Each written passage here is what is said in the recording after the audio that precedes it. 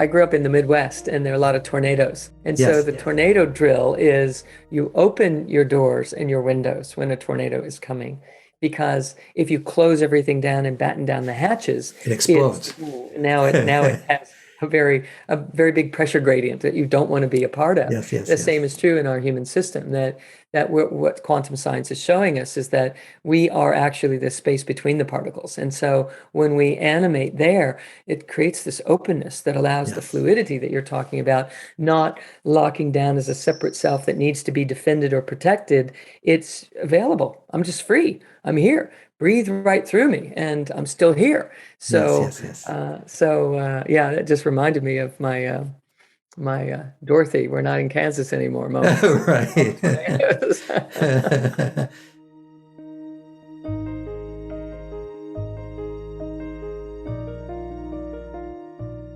Welcome to Letting Go and the Greatest Secret, where we explore the end of your suffering and the beginning of lasting happiness. I'm Hale Dwoskin, and today I'll be joined with Dr. Sue Morter. Dr. Sue Morter is an international speaker, celebrated author of The Energy Codes, teacher and doctor with over 30 years of experience.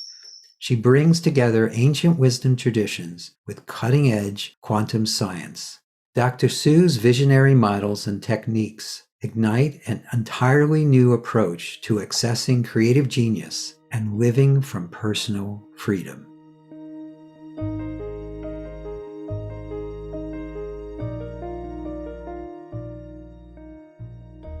The Greatest Secret talks about the importance of recognizing that you are not the body-mind world, or you're not your thoughts, your feelings, your beliefs. You are that which is aware, and I know that's your experience too. Can you talk about how you relate to that? What's been your experience of that? Sure. 20 years ago, I had a personal experience with this transcendent state of consciousness in the midst of some ancient meditation practices. And I had no idea that it was a goal. And I think because I didn't know that it was an opportunity or even an option or a place that one could access in consciousness, I was able to access it in consciousness, because I think if I knew, I would have probably been pursuing it, which would have kept me from ever experiencing it. Yeah, isn't that true? Yeah. The, So the, the grasping often is the biggest obstacle. absolutely. And my personality was such that I would have been all about, okay, just tell me what I have to do and I'll do it all and I'll make that happen for myself. And so fortunately I wasn't aware of that as an alternative reality. And I was simply meditating for stress relief and trying to manage some headaches that I was having. And I was suddenly in an altered, exalted state of consciousness. I could see 360 degrees in every direction, if it were even relevant. But I was perceiving spherically, actually more than 360 degrees. I could see the earth beneath me about the size of a marble, and I was embedded into it up to what would have been my knees. But I didn't have knees because I wasn't in a body.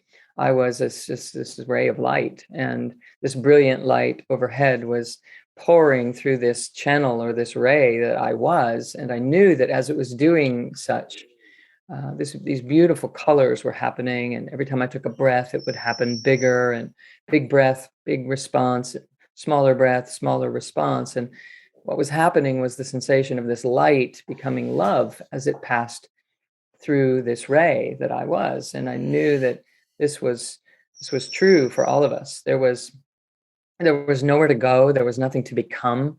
I was aware that I had always been there, that was truth, and that everything else that I had been experiencing was a project that I was engaging in by projecting myself into this physical dimension. And there was nowhere to go, nothing to become, nothing to achieve. I was wholly whole, full, complete, satisfied, satiated. And I knew that we each were this, and we each were engaging in this process of becoming, of materializing. And that every time I took a breath, the degree to which I would breathe, love would happen. And I knew that it was up to us to learn to allow that to be just simply what we're here being. And my migraine headaches, went away. I healed a scoliosis in my body as I was learning to embody this experience, and it changed my life forever. I spent the next 10 years of my world just turning my life into a living laboratory to figure out how to reestablish this state of consciousness, how to arrive there again, only to realize there wasn't a there. It was just Right. right here. Right, And right, right. so that's why it took a while, because I kept trying to get back there, and learned a lot in the process. And I started teaching my patients some of the processes, and they started getting better faster and staying better longer in between visits with me. And so it just became an entirely new purpose, new focus, new reality in my life. That's beautiful. That's really beautiful. Yeah, that thing about here and there is a really key piece, because I've noticed as I work with people, that's people will have these tastes of experiences like this, and there's such a tendency to go think it's there, and it's not what's natural. What's natural is the suffering, and is the drama, is the story, the limited body mind persona. And they think as they're trying to bring that persona to there, instead of recognizing that the persona is just a distraction from what's already here. So Yes, that's and great. yes, an alternate way of looking and perceiving and exchanging in the world, and dropping more deeply down into this true self. Suddenly, that we can perceive that personality, that piece that is this externalized, engaging set of circuits that we're so used to just plugging into and engaging. We can see through it from a deeper place, and it just changes everything. We're able to engage, but we don't have to engage in order to have a sense of self. And Right. I That's think an important that's really distinction. transformational for people. Yes, that's an important distinction. Most people are looking outside of themselves to find engagement, not recognizing that it starts right here as what we are and as what we share. It's the same Yes. thing. Yeah. I liken it to when we land here, we kind of splat. It's kind of this rough landing. Our Right, body right, goes right. one way, our mind goes another, and our breath is just hanging out, trying to figure out if it's ever going to be safe to be here. And in the course of our lives, we're trying to pull ourselves back from this splat. And as we do, we start to recognize that we don't need to be attached and associated or identified with any one part, which is typically what I have found, is that people become identified as the mind, because it's the initial piece that makes it safe, that we can figure out, should I navigate this, do that, how do I fit in, how do I belong, how do I make myself safe in some way. And so then we grow up inside of that association with the mind, and our job is to peel away from that and to recognize that's not who I am. That's a tool that I have. And that distinction can just change everything for people. Oh, totally. The mind is a wonderful servant, but a terrible master. Yes, right. It goes down a road that is often just no fun to be on. No, no, no. And we don't realize there's a simple alternative that's always right here. Yeah, Yes. that's beautifully put. Thank you. So, one of the things that you teach is that we are the universe, and you've already started to explain that honestly, but can you expand on that a little? Well, sure. We're pure awareness. That's what we are. As if we were to try to figure out, well, what am I? If I'm not this person, if I'm not this personality, if I'm not this human, then what am I? Then, we speak about that we are pure awareness. And then I have another conversation. I blend them together, and that is that everything is energy, including us, and we are just energy that is awake. And so if we take the entire energy field, the unified field, it is expanding. It's always expanding, and consciousness is expanding. And so we are always expanding. Our awareness is always expanding. We're becoming more and more aware of life outside of survivorship, and we're able to come out here into more of a creatorship. And so if we also know this truth, that all physical matter is compressed energy. So, in order to create the chair we're sitting in, we compress energy and it creates solid matter. So, this body is compressed energy. We are here in this dimension as the unified field compresses and compresses and compresses and compresses itself.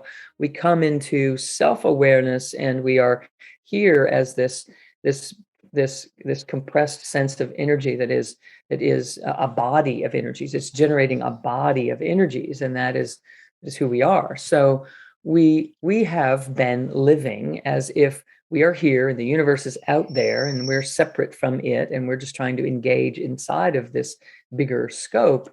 And I just like to share with people that actually it's the universe has folded in this way. If you're thinking in those terms, just imagine it like it's folded in on itself to generate a presence that we are calling I am.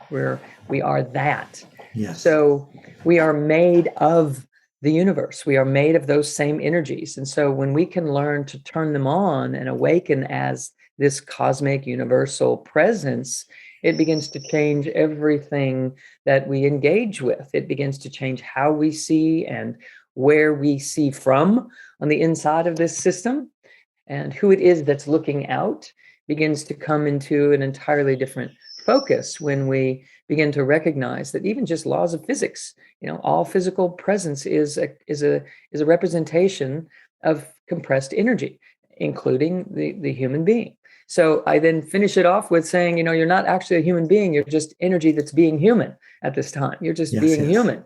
And so it just does this quantum flip for people, and we begin to start opening to belonging on a greater sense of really understanding our constitution. Yeah, that's beautifully put again. Thank you. It's where people get caught too. I think you would agree with this.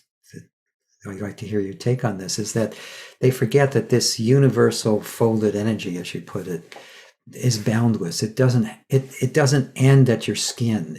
There's no actual separation between what we're experiencing as the body mind and the world / universe whole field. If you look at your direct experience in this moment, you really can't find a boundary between the two. Would you agree with that? Exactly. We are a continuum, and we are focusing our attention on the physical end of that continuum. And we did so for so long that we started to think that that's who we were. We believed Right. that's all it was. We lost touch with the rest of the continuum. And so then people start in their spiritual journey and seeking and trying to understand the meaning and the perspective and the role that they are and that they play. When in reality, if they would just release and decompress that compressive force that generated this idea of being a separate physical self, then we blur the boundaries. And when we blur the boundaries a little bit, we actually start to get in touch with, oh, there's the rest of who I am. Oh, there it is. And we allow ourselves to become attuned to more and more subtle energies. The more subtle the energy, the more in touch with the rest of who we are in that decompression, out all the way to that universal field. We become aligned with it. We can relate to it, and we can then start to animate it and allow that to be what I am, instead of me here and that there. Right. It's an extension, a continuation of Yes. what I am. Yes, Very absolutely. fun. It's very fascinating. Oh, it's really fun. It's been my hobby for decades to explore those boundaries. Yes, indeed. And I've yet to find anything more fun and more enlightening and more fun to share too. I know you have this experience too, but jump in and you can talk about it.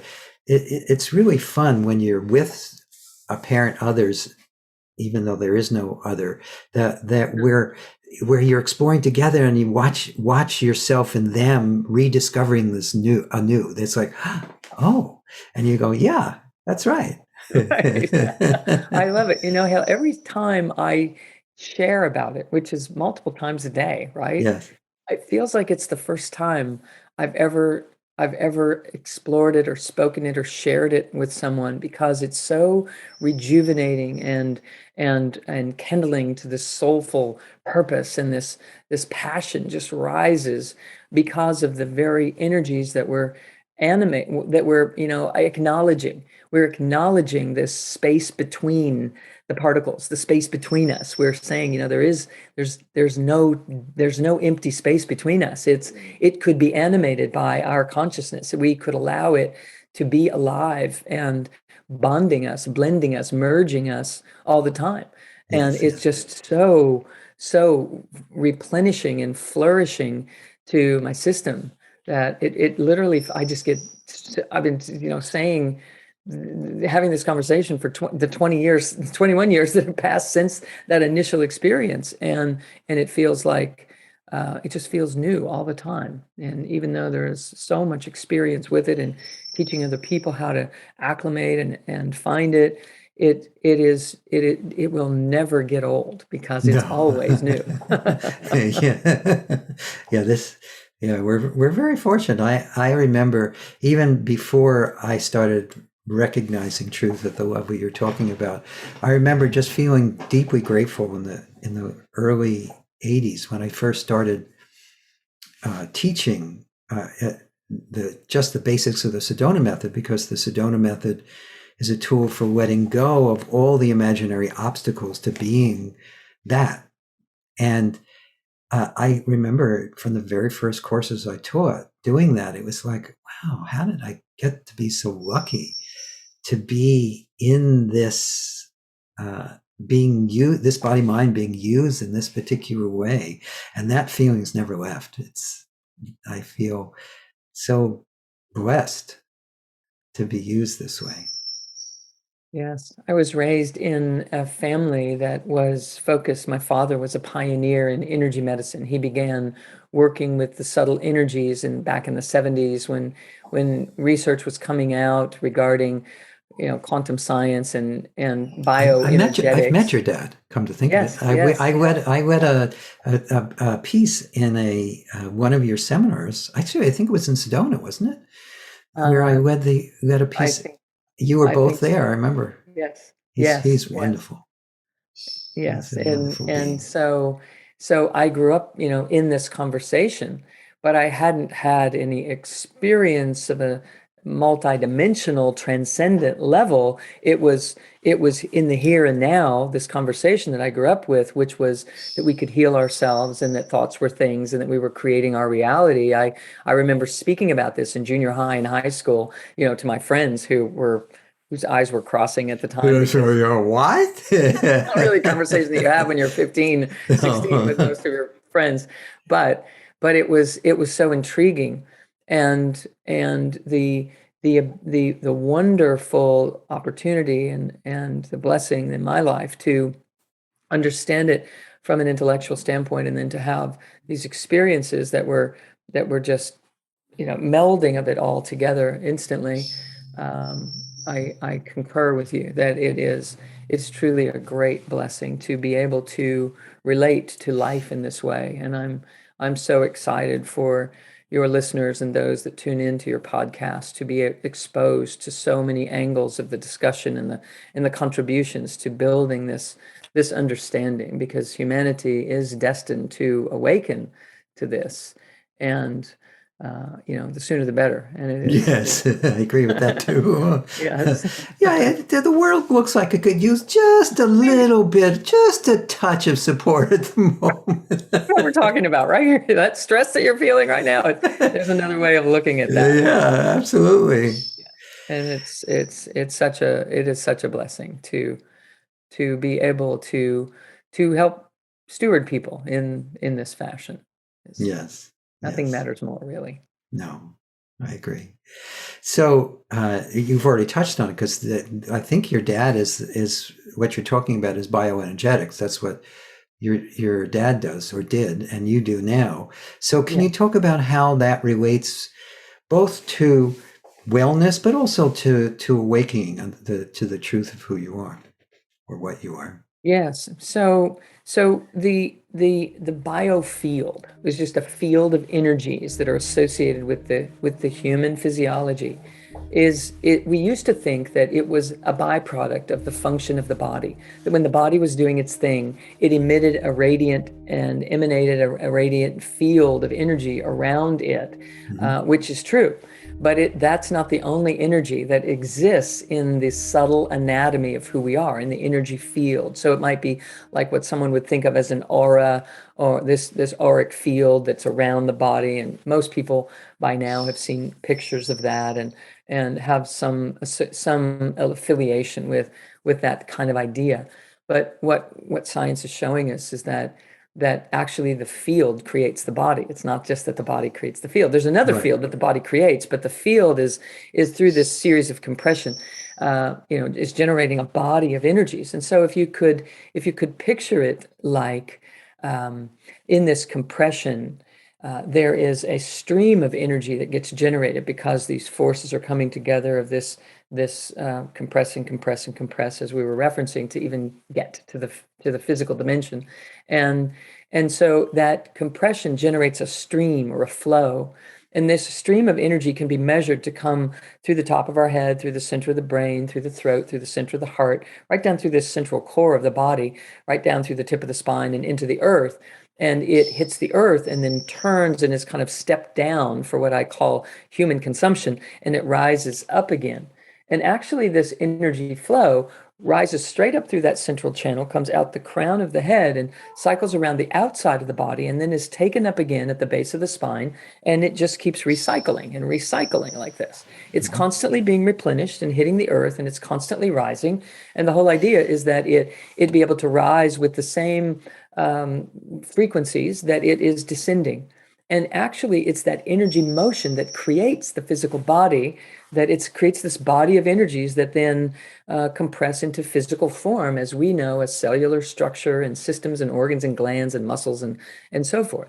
So if that energy is allowed to rise without interruption, the same way that it's descending, then we have an ascension and a descension of those energies that are matching, and it rises higher and higher, and the field gets bigger and more robust and more comprehensively capable of healing anything, perfecting anything and everything in its path. And so our job is to learn to allow the energy to rise up through us, the same as it's descending down through us, as us. And so I do like the caveat that it's important that we realize that we don't have energy running through us, although I reference it that way initially for so people can relate to it.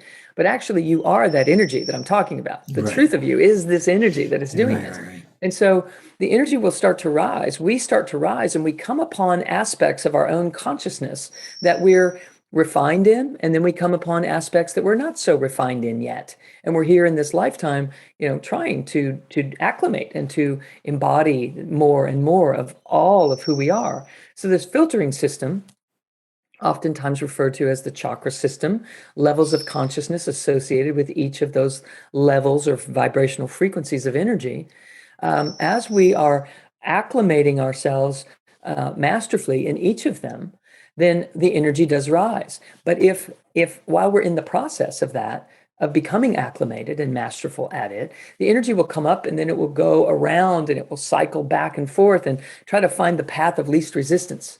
And that rising energy, when it takes a wobble on where it doesn't have circuits, it drives around. Think of it like driving through the jungle and there's no road. The road stops, so you have to go over here and find another opening and Yes. then make your way. So when the energy is moving back and forth this way, it creates a wobble in the rise. That wobble creates a distortion in this energy field. And now this person is in here looking out through a distortion. They see a distorted reality and they react to it as if it's true. So it's like watching a movie, because that's what we're doing. We're projecting a movie onto a movie screen and then we're walking through it. But the movie screen is kind of distorted. And so Right. everything you see is kind of, distorted in ways. And so what I'm loving doing is teaching people how to build the neurocircuitry and build the electromagnetic energy circuitry, which is the energy that we're speaking about, and build circuits more and more so that this rising energy can rise without the wobble, which takes out the distortion.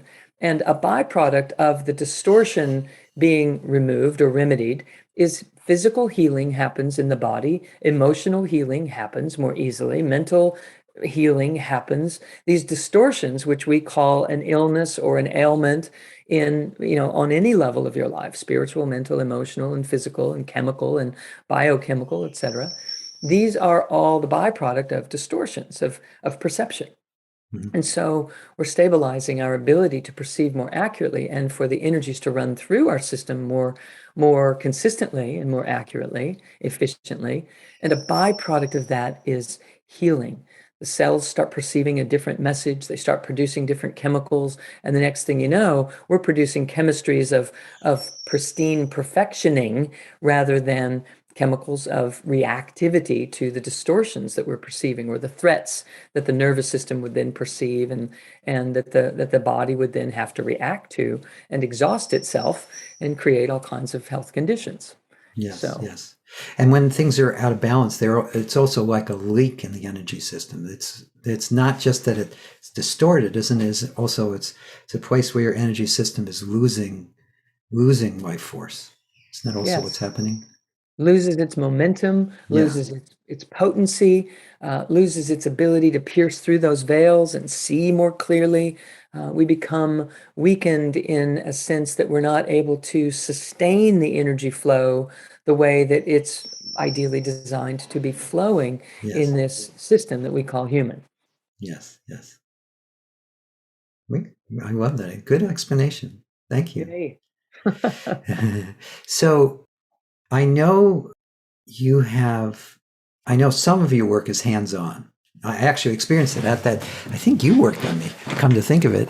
At that seminar, you wanted to know if I wanted to. It was either you or your dad, I can't remember now. It took me into a room and did some hands-on work with the bioenergetics. But yeah, are there the tools that can be shared in the format that we're in right now, a process or a perspective or something that we can give our listeners that they can take with them and start to experiment with this? Absolutely. Absolutely. Ultimately, the work started with my father's research with the hands-on work. And I always knew there was something that we were supposed to be doing to just totally empower people to move their own energy, to move themselves in a way that was self-healing and self-regulating. And then after I had this awakening 20 years ago, it became obvious to me what it took for me to get into my body with what I was experiencing, to embody it. I then retro-engineered it and started teaching people how to transcend their own limited idea of who they are and their separate self. And so it developed into many processes that I recommend for people to do. So a simple one we can start with, and I'd like to do about 3 things that build on each other really quickly. Please, no, take your time. This is, one of the things I'd like to do whenever the teacher I'm speaking with is open to it, is give people a gift like this. And so far we've been talking about it, which I think is very helpful because people have a framework to hold whatever you're about to do next in. But I find with the Sedona method and our set of tools, which are doing very similar work to what you're doing, is that talking about it is not the same as actually Right. experiencing it within your own body mind world in a live way. And so let's go for it. Absolutely. I can definitely attest to the fact that the experience is different than talking about it, different Yes. than growing up in the conversation. And all of a Yeah. sudden I was just, oh my gosh, in a totally different reality. Yeah. It changed everything. So I mentioned the splat earlier. Okay. So Yes. let's just think about, well, our energy is dispersed. Parts of our consciousness are just dispersed and infused and emerged and kind of entrenched in or even enmeshed into our outer reality. We're used to directing our attention out there to figure out, am I okay? Am I safe? What should I do? And so our circuits are aligned now because of that, in that manner. And so we want to start to direct more of our attention into the central core, just gathering back from the splat. So if everyone could just picture gathering yourself this way, it's not like closing off the world. It's about like folding in like an accordion, concentrating the energy back in the core of the body, because this central channel is what matters most. When we can pull mind and body and breath together, now we're operating as an integrated, soulful presence rather than just a mind, or a mind and a body only. The mind, body, and spirit, which is breath in the body, is spirit in the body. So when we can get all three of these working together, everything starts to come together in a felt sensation sort of way. Mm-hmm. So one thing that I would encourage everyone is just sit where you're sitting right now and just imagine that someone is walking in the door in the room that you're in, that pushes your buttons or trips a trigger or whatever. Ultimately, they are there so that you get your buttons pushed, so that you can learn to heal the buttons, heal the triggers, but one step at a time. So just imagine that they're walking into the room right now, and notice when your attention goes there, your energy goes there, and your splatted or dispersed energy rushes to them instead of staying home for you. So imagine that they walk in the door, and just notice what your energy does. You might even be able to notice what you feel in your body as that's occurring. Now just politely claim it back. And you don't have to do anything that's obvious, the outer world. Just claim it back. Just pull your energy back onto self. Instead of the energy going on to object, it stays on subject. It stays on you instead of other. So just claim it back here. You can still look at them, but your energy, you're calling your energy back onto the self as you do it. And this will give you a different sensation in your body. And it's important to recognize that that sensation is closer to the truth of who you are than the one that was just about to, abandon again and disembody. So here we are now back on self. We can still look at the person. And I'm going to take you back to this person in a moment. And we're going to do some real work with building circuits right through the buttons, building circuits, cutting a pathway right through that. But first, I want to teach you just a little skill, okay? So here we are back on subject. Person can sit there for a moment until we get ready for them. And we're back here. And I'd like to enhance your ability to move this energy in your own system with your own consciousness and your breath. So imagine that you have a tube, a central channel. It's called the Sushumna in Eastern practices. You might be familiar with that if you're a yogi or a meditator or what have you. But it's a tube that runs right down through the center of the brain, through the center of the brain here, through the center of the throat, through the center of the heart, through the center of the solar plexus, through the center of the belly, right through the tip of the spine, and goes straight down into the earth. And it rises back up again. It's a two-way street. So we're going to breathe down through that tube just to start to animate it and start to move the energy or the pranic healing capacity in the body just voluntarily on our own.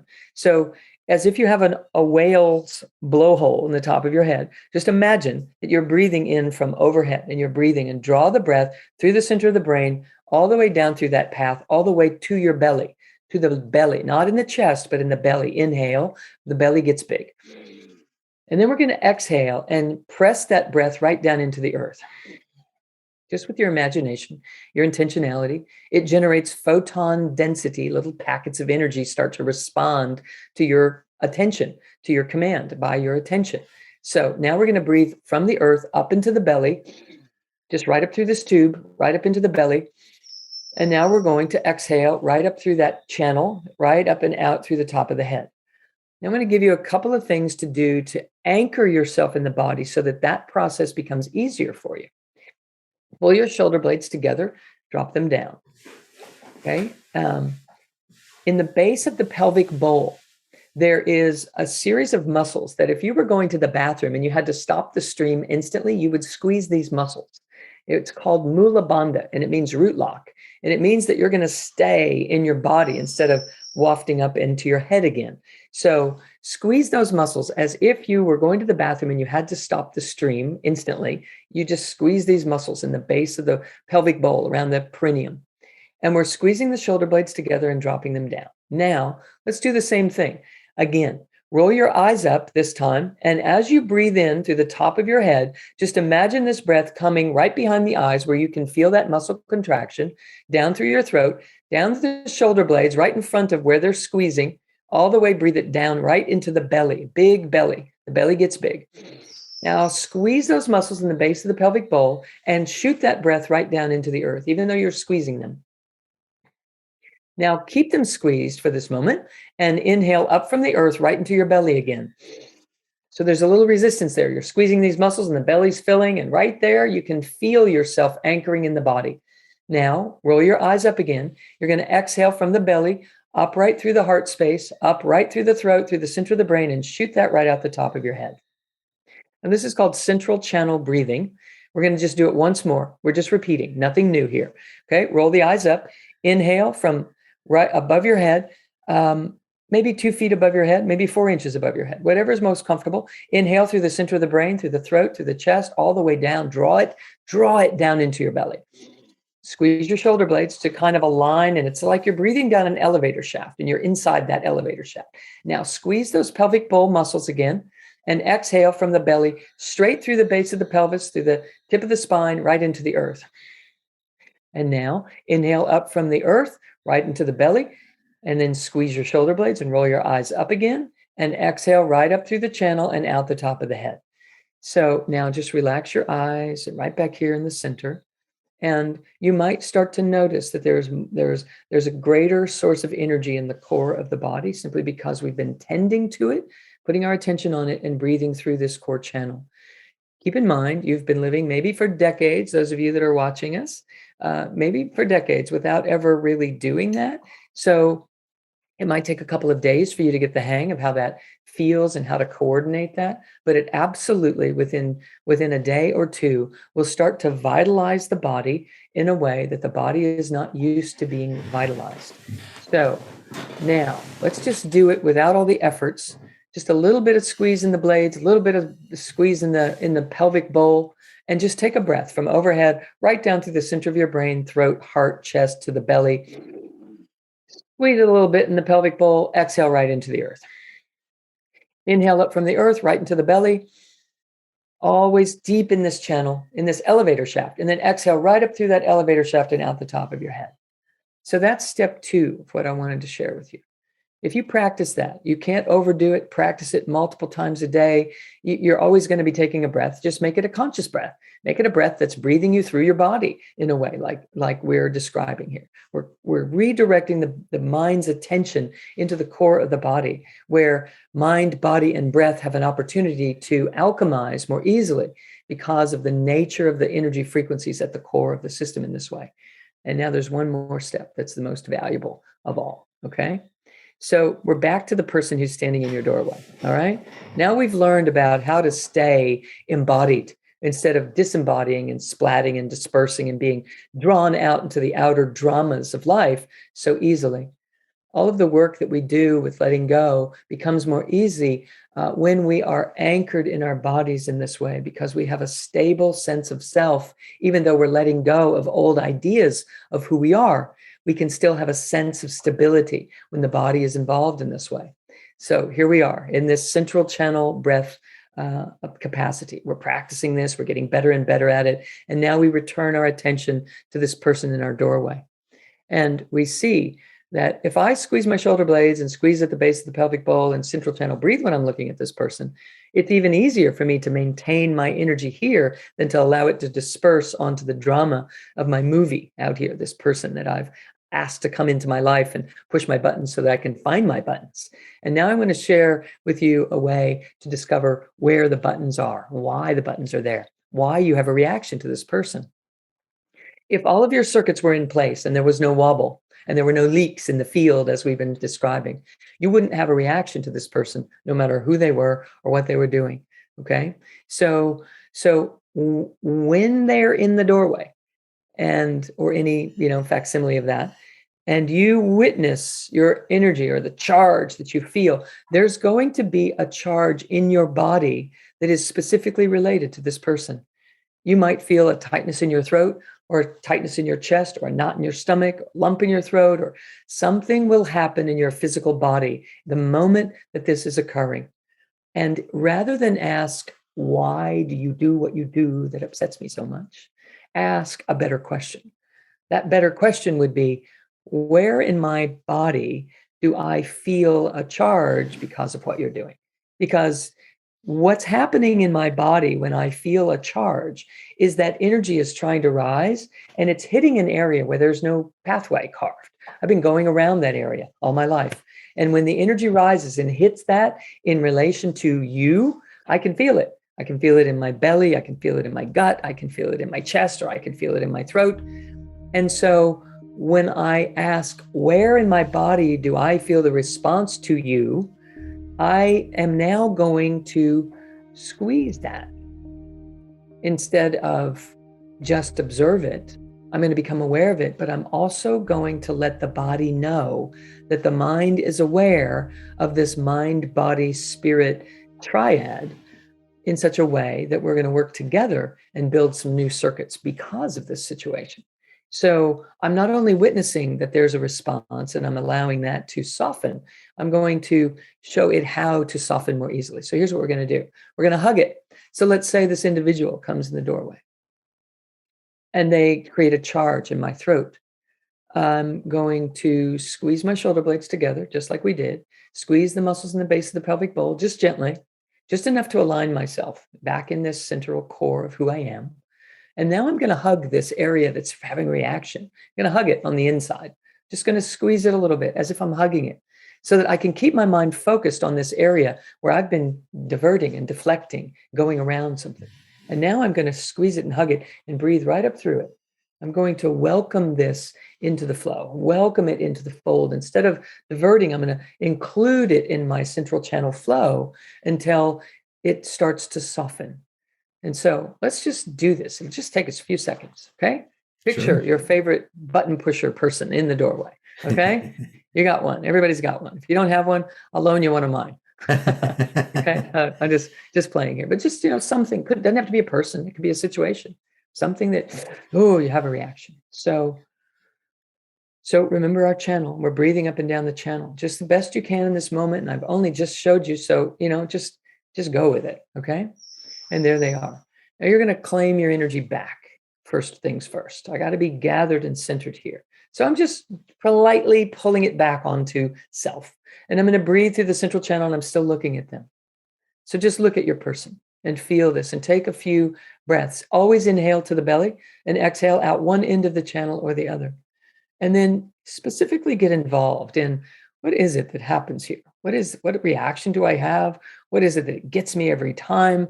And what are the sensory inputs that are associated with that? Maybe any memories or how it affects my life, just all of it, just bring it forward. And then notice in your body, maybe your attention's already there. It's in your throat or in your chest or in your solar plexus or in your gut. And just give that area a hug. Just hug it. And bring your attention into this central channel, hugging this area and anchoring yourself with these anchor points of the shoulder blades together, the mula bandha at the base of the spine. And let's take a breath. Either allow your attention to go overhead or start in the earth, whichever one is most effective for you in this moment. It just feels more natural. Go there and inhale into the belly from there. Squeeze the muscles in the pelvic bowl, squeeze the blades, and then exhale out the other end of the channel, whether it's up the channel or down the channel.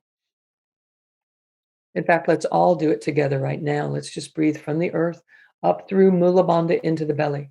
Wherever else in the body you are activated by this situation, squeeze that, hug that, and pull your shoulder blades together and down, and exhale up through the belly, through the chest. Maybe it's moving through this area, up through the center of the brain and out the top of the head. And then inhale from overhead, right down through the center of the brain, through the throat, through the chest, maybe through this area, wherever it is already included in your flow, draw it all the way down to the belly. And then exhale into the earth. Inhale up from the earth into the belly, squeeze Mula Bandha, shoulder blades together and down, and exhale right up through solar plexus, through the heart center, through the throat, up through the center of the brain and out the top of the head. And one last time, in from overhead, drawing down all the high frequency energies that we're constantly taking in, if we allow it to, breathing it all the way down through these areas, shoulder blades together, Mula Bandha, squeeze the muscles of the pelvic bowl, and exhale right into the earth. And then just relax in your body. And just continue to take a central channel breath, however that feels appropriate for you. Always remembering that this channel is the ray of light that we truly are. It's our foundation. It's the silver thread that many meditators have discovered and witnessed or perceived. And as we continue to breathe with this, we're generating the mind's attention here. And these tiny little packets of energy that happen to comprise everything start to gather and concentrate in the core of your system. And so it gives your subconscious a greater sense of self, and your sensory nervous system can pick up on you being there. So it's not always going out there to figure out who I am and how do I fit in and am I okay? And now notice how you feel in the body. Just notice how you feel and take a look at your person in the doorway. And notice that what's happening here is a flow that can flow no matter what's going on over there. So you can perceive that you're actually here as a solution instead of being pulled into what is contributing to this dualistic idea of what are the problems of our lives. So when we can make that distinction, and then we're able to be available for what's going on rather than being reactive and then protective and then defensive and then trying to, live in the face of such conflict. You are utilizing this friction to show us who and what we really are and how we can master living inside of this system as this true cosmic awareness itself, rather than a personality who's duking it out with somebody in the doorway. Right. Well, thank you for that. That was fun. That was really fun. Yay. Yeah. It's a way to center. Then when we go into, our practices of, like such as your beautiful practices, Hale, with the Sedona method of, releasing and letting go. To let go from deep inside the core is different than letting go from in the outer perimeter of Yes. who we've, figured, misinterpreted of who we are. Right. And so the two are beautiful collaborative efforts. Yeah, I agree. I think people who are already letting go or exploring the truth of who they are, adding this as another core teaching to explore would be very helpful for them. Yeah, it's beautiful. Yeah. I had a question about the shoulder back. Isn't it more? Again, I'm know enough about yoga to be dangerous, but actually I've done quite a bit of yoga. Isn't it more actually pulling back through here, as opposed through your it's almost like pulling your neck back a little bit. Yes, that's another bandha that is something that I teach when I have time to be in a little bit more detail. There are about 3 other locks and bandhas that we use. So this is the Jalandhara bandha. You're absolutely correct. And the more we draw the jaw back, for those of you that aren't aware of what Hale's referring to, if we just kind of retract the jaw back a little bit, it opens up the breath and it stretches the primitive brain just enough to send some messages between the brain and our heart and the brain and our head, and they have better communication with the brain and our gut that way. The shoulder blades together and down, the jaw back, it opens up this channel. Even just leaning back again, like if you're not leaning back against your chair, but if you're sitting upright and you lean back, just imagine this. I'm leaning back inside of myself against my own spine, just leaning back a little bit. And it opens up this whole channel. Whereas if we lean forward, it can cut it off at the neck and it can kind of round it off so much in this mid-thoracic spine that it drops the momentum and the potency with which this breath can traverse up and down the central channel. And it is important that we allow that alignment so that the breath has the momentum to pierce through the veils that exist between these layers of consciousness that keep us sometimes being loving, sometimes being powerful, sometimes being able to speak our truth, sometimes being, highly intuitive and understanding the truth of our multidimensionality. But we want to be able to have access to all of those things all of the time in an alchemical sort of way. So these alignments and the breathing help to bridge and merge and blend and integrate these various aspects of our wholeness together. So yes, you're absolutely correct on the jaw being involved in it as well. I'm just trying to get some. Yeah, no, I think you're right. Probably that was a little extra, not really necessary to get started. But just this sense of sitting back is actually a great thing to be doing all the time, because most of us are either falling forward into life without realizing it or contracting on ourselves, which causes us to shut down. But if you just sit back within yourself, just doing that, even before you add the breath, that starts to open things up. So that's a very good pointer. Yeah, just sitting back like that does some of that claiming the energy back automatically. Because it opens the channel, and it's like it vacuum sucks all of it together again. And the worst is the combination when we contract over and we lean forward. We're just shut off. We're shut off, and that's what a lot of people are. No, if you look around, I when I'm out in public, I sometimes notice how contracted most people are. And you can always tell when someone's not contracted, because besides the light that's coming through their eyes and out through or around them and through them, it very often shows in a physical, settled in alignment of their bodies. So, yeah. Yeah, the physicality is demonstrating what we're doing with our consciousness, how we're doing. It's giving us feedback. So if we can roll the shoulders back and open up and anchor in the back of the spine, and it automatically opens the heart, and it gets us used to being so revealed. And it might feel vulnerable to people when they start opening this way. It might feel like, oh, I don't know, I don't want to this, or I don't want that. Yeah, I don't want to appear to be all full of myself, or I don't want to, be too rigid. And it's like, then don't. Just open and be free and breathe, and it will eventually become familiar, and it will feel so good that you'll know in an instant when you're disconnecting and, crumpling back into that old pattern that is so familiar. Yeah, and it's interesting that it's counterintuitive first, because most of us believe that we have to shut down to be safe and contract to be safe. But the exact opposite is true. The more transparent you become, the more open you are. You're less creating those sticking places, and there's less of a separate person for anything to stick to. So, less resistance. When you mentioned that, it reminded me of, I grew up in the Midwest, and there are a lot of tornadoes. And so the tornado drill is you open your doors and your windows when a tornado is coming, because if you close everything down and batten down the hatches, it explodes.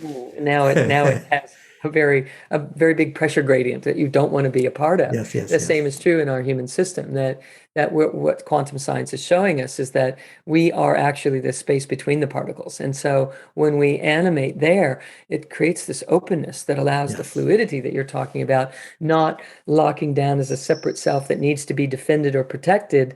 It's available. I'm just free. I'm here. Breathe right through me, and I'm still here. So, that just reminded me of my Dorothy, we're not in Kansas anymore moment. Right.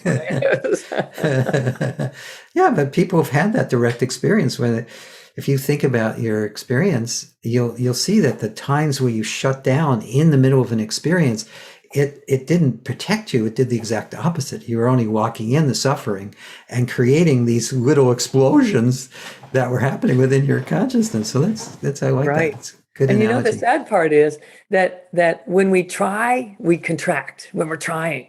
And then we try and we try and we try, and then we kind of surrender, and then it happens. But it happens because of the surrender. But our subconscious has always thought, no, it happened because I did all that trying. It happened because I did all the trying, but it didn't happen. The only thing that trying did was exhaust us. And that exhaustion caused this.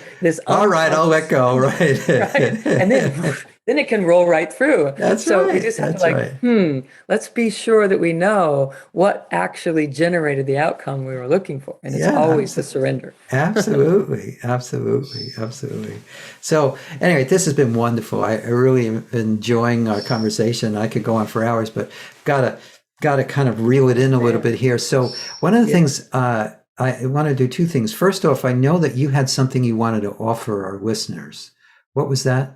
Yes. Well, we have a couple of things. One is a free transmission that we do monthly, a healing transmission, which allows these distortions in the field to be acclimated to be realigned. We kind of do this as a collective around the world. We have tens of thousands of people engaging in this transmission every month, and so the power of coming into that union is immense. It is a wonderful thing to experience. And so I'm just teaching people a little bit about how to feel the energy and feel that space in between, and then connecting it and blending. And it's such a beautiful time on our planet to be building these communities around the world that can support one another in all sorts of ways. So that's an easy find. It's on my website, drsuemorter.com. And then I think I have a note here, healing transmission. So it's / healing transmission, drsuemorter.com, healing transmission.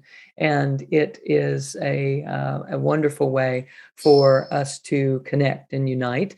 And then also there is a gift that I'm just bringing because I felt it would be relevant to the conversation that we're having here today, is how to activate this healer within, how to activate this. And so it's a meditation that kind of brings you down through this central channel and one step at a time, stopping off and working with the specific energies of the system that will help to integrate and align. Because interestingly enough, you don't have a healer within, you are the healer within. And it is the you that is the healer that I really want to animate and activate. It's the same version of you that is the energy that we've been speaking about today.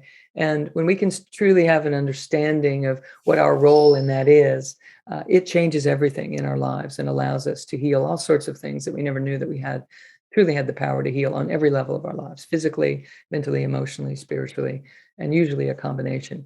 It's usually a combination. That's right. Yeah. So thank you. And this will also, for everyone listening to this, it will also be in the show notes, and we'll put it on YouTube as well when we post the video. In addition to that, I just realized there is also another gift. It's called Fear into Fire. And it's about the equivalent of 4 CDs that are just conversation about how to turn your fears into a passionate fire in your system, that we were speaking about how in the beginning of our conversation today, about how passionate we become when we get engaged in this conversation. Yes. And so it's more for you with practices inside of that along the lines of what we were doing here today. I almost forgot to mention that. That's very generous. Thank you.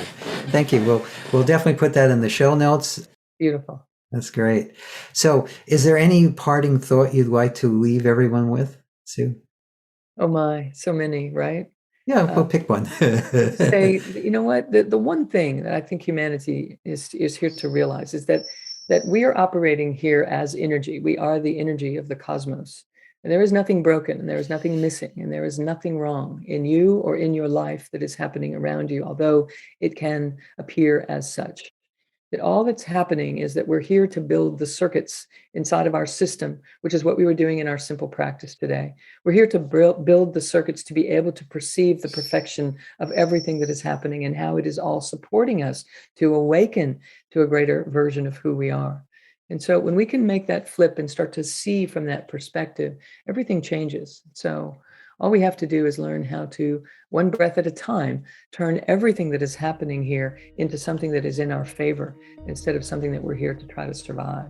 So we are empowered beyond what our mind has previously known, but we're going to do something about that.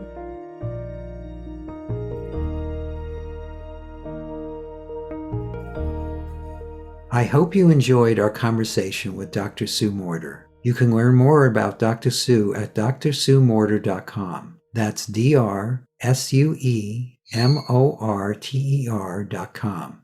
Access your free gift at drsuemorter.com / fear into fire. If you've enjoyed this podcast, please subscribe so you have immediate access to future episodes. Please give us a 5-star rating and share it with the people you care about. If you'd like to learn more about my work, my mentor Lester Levinson's work, and the Sedona method, please visit sedona.com. As you explore our site, you learn the key to lasting happiness, success, peace, and emotional well-being. We have books, courses, events, and plenty of free material to explore. Again, go to sedona.com. That's sedona.com. Thank you for being here, and we'll catch you on the next episode of Letting Go and the Greatest Secret.